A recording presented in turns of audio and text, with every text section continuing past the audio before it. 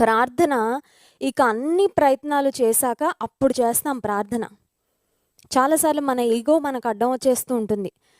అన్నిటికీ ప్రార్థన చేయాలా? అన్నిటికీ దేవుడిని అడగాలా? అన్నిటికీ దేవుడిని బ్రతిమలాడుకోవాలా? నాకేం అవసరం? ప్రతిదానికి దేవుని దగ్గరికి ఎందుకు పరిగెత్తాలి? నేనంత చేతగాని వాడినా, నేనంత చేతగాని దాన్నా, మా వాళ్ళందరూ మేనేజ్ చేసుకుంటున్నారుగా దేవుడు లేకుండానే. మా ఫ్రెండ్స్ ఎవరు ప్రేయర్ చేయరు కదా, నేనెందుకు చేయాలి?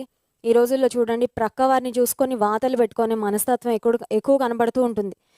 తల్లిదండ్రులు ప్రార్థన చేసుకో బాబు, ప్రార్థన చేసుకో అమ్మా అంటే, మా ఫ్రెండ్స్ ఎవరు చేసుకోరు మమ్మీ ప్రేయర్, వాళ్ళందరూ బాగానే ఉన్నారుగా, నేనెందుకు ఊరికే ప్రార్థన చేసుకోవాలి? ప్రార్థన చేసుకోకపోతే మనకు రోజులు గడవ్వా? ప్రార్థన చేసుకోకపోతే నేను కష్టపడి చదివితే ఎగ్జామ్స్లో నేను పాస్ అవ్వనా? ప్రార్థన చేసుకోకపోతే, దేవునికి మొరపెట్టకపోతే నా లైఫ్ సాఫీగా సాగదా అని కొన్నిసార్లు మనం చాలా మొండిగా ప్రార్థన చేయడానికి కూడా చాలా డిలే చేసేస్తూ ఉంటాం. ఒక మాట చెప్పమంటారా?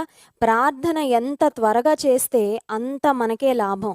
ప్రార్థన ఎంత త్వరగా చేస్తే అంత త్వరగా మన పరిస్థితుల్లో నుండి మనకు విడుదలొస్తుంది.